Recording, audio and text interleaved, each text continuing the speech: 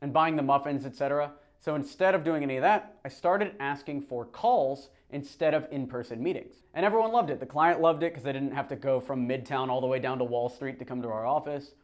And I loved it because I didn't have to do anything. I could stack my calls back to back.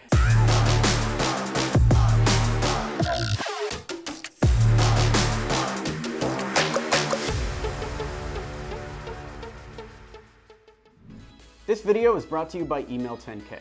Learn how to book meetings with billion-dollar brands and take your company to the next level at email10k.com. Let's talk about how to improve your sales process and close more sales in 2021. Selling is kind of like starting an engine, like one of those lawnmowers. You pull the cord and you make some sales, but then the engine's not running yet, so you have this period of not making sales after that. You hit a dry spell.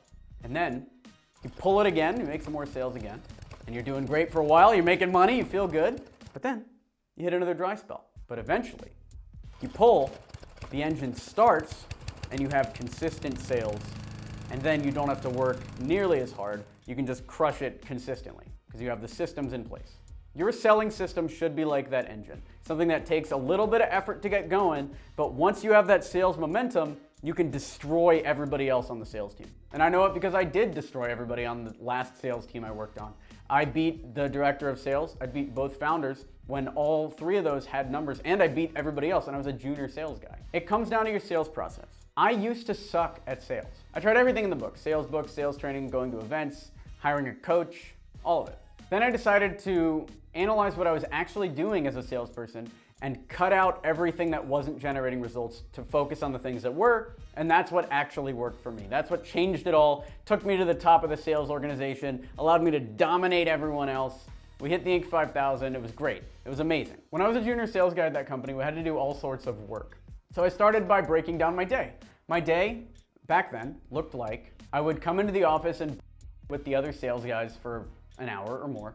Then I would do a sales meeting with the director of sales to talk about our sales. Then I would sit around some more, then prep for an in-person meeting. Usually I'd go down and buy some muffins or something from the corner store to take up because the client was coming into the office. We really wanted to impress him. I'd have the meeting.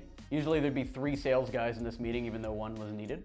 And I would sit in the back, sometimes take notes, I'd ask a question or two. I was the business strategist, so I'd talk from a business strategy point of view sometimes, or I'd run the meeting depending on the prospect. So we'd have the meeting, then I'd follow up with some prospects after the meeting. Then towards the end of the day, I might write a proposal, and that was it. I was doing about 8 things. That's a lot of things. I was doing 8 things, but most of them were wasted time. So I changed what I did. The first thing I did was I came in an hour before everyone else. Eventually I moved this to 2 hours before everybody else. And this eliminated all of the office distraction, all that BSing that was happening before during our highest productivity period in the morning. I never had to deal with because by the time that happened, I had already had 2 hours of extreme productivity. Then during those 2 hours that nobody else was in the office, I followed up with prospects via email and I wrote proposals. The only 2 things I really needed to do that didn't involve any other people. But during the day, I still had to deal with all the BS and all the office drama and the manager bothering me. Like I had to deal with all that stuff and buying the muffins, etc. So instead of doing any of that, I started asking for calls instead of in-person meetings. And everyone loved it. The client loved it because they didn't have to go from Midtown all the way down to Wall Street to come to our office. And I loved it because I didn't have to do anything. I could stack my calls back to back. 30 minutes with this guy, 30 minutes with this guy, 30 minutes with this woman, etc., all the way down. And that's how I was able to sell more that year than the director of sales. I just had way more meetings and sent way more proposals. That was it. He was probably a better sales guy than I was. He was definitely better at playing corporate politics. That's why he's still working there, I assume. I don't know if he's still working there, but I'm an entrepreneur. I don't do well in the corporate world. But I was able to jump him as a junior sales guy just by looking at and improving the processes. And what's cool is nothing else had to improve. I didn't ask better closing questions. I didn't frame the offer differently. All I did was eliminate distractions and free up my time to do more of what was working. And I think the craziest thing about all that is at the end of all this, after I won and I was the greatest sales guy ever or whatever, they kicked me off the sales force. The CEO hired our company to be the director of marketing, but I wasn't allowed to interface with the sales force anymore. I wasn't allowed to basically touch their company. They wanted me to just be siloed. And we increased their revenue by over 16% as this siloed guy, not even able to talk to the other team members. And the only reason I can assume that happened is I was too good at identifying the wasted time. I was making it so clear that their team was wasting 60, 70, 80% of their time that nobody on the team could handle it. Nobody wanted to be part of a high-performance team, and so me, the high performer, I was forced out of the high-performance team. And that's fine. They can have their low-performance team. They can languish over there. Or maybe they're going to high-perform and just not without me, and I can high-perform over here. Two high-performer teams working side by side. Might be how it works out. I don't know. So what do you want to do if you want to increase your productivity?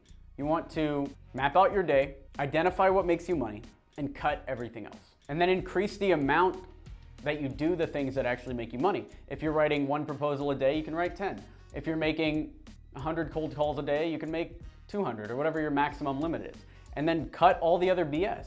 You don't need to with your coworkers about dating. You don't need to prep for 2 hours for an in-person meeting. Just cut everything that's non-essential and only work on the things that make you money, and then you'll make more money. It's that simple. By the way, if you want more detailed tips and strategies to sell more, check out the free presentation at Email 10K. I outlined exactly what I did and what you can do to increase your sales, particularly if you want to get more sales using cold email. This video is brought to you by Email 10K. So you don't have a business idea, huh? Do you want to know what the best business to start is, regardless of market conditions? Check out the free presentation at email10k.com. We have over 200 students that are crushing it using this business strategy, even during this time. So check that out, email10k.com. Thanks for watching. Subscribe to this channel for more content like this. Smash that like button to encourage this type of content. YouTube loves it when you smash that like button. So please go ahead and do that to increase our reach and increase our community. That's good for everyone. Check out our past videos. You can see all of our content on sales and motivation and how to increase your sales, how to be a better sales professional, etc. Check that out. You can subscribe to this channel as well for more videos like that. And I'll talk to you later. Thanks for watching. I'm Alex Berman.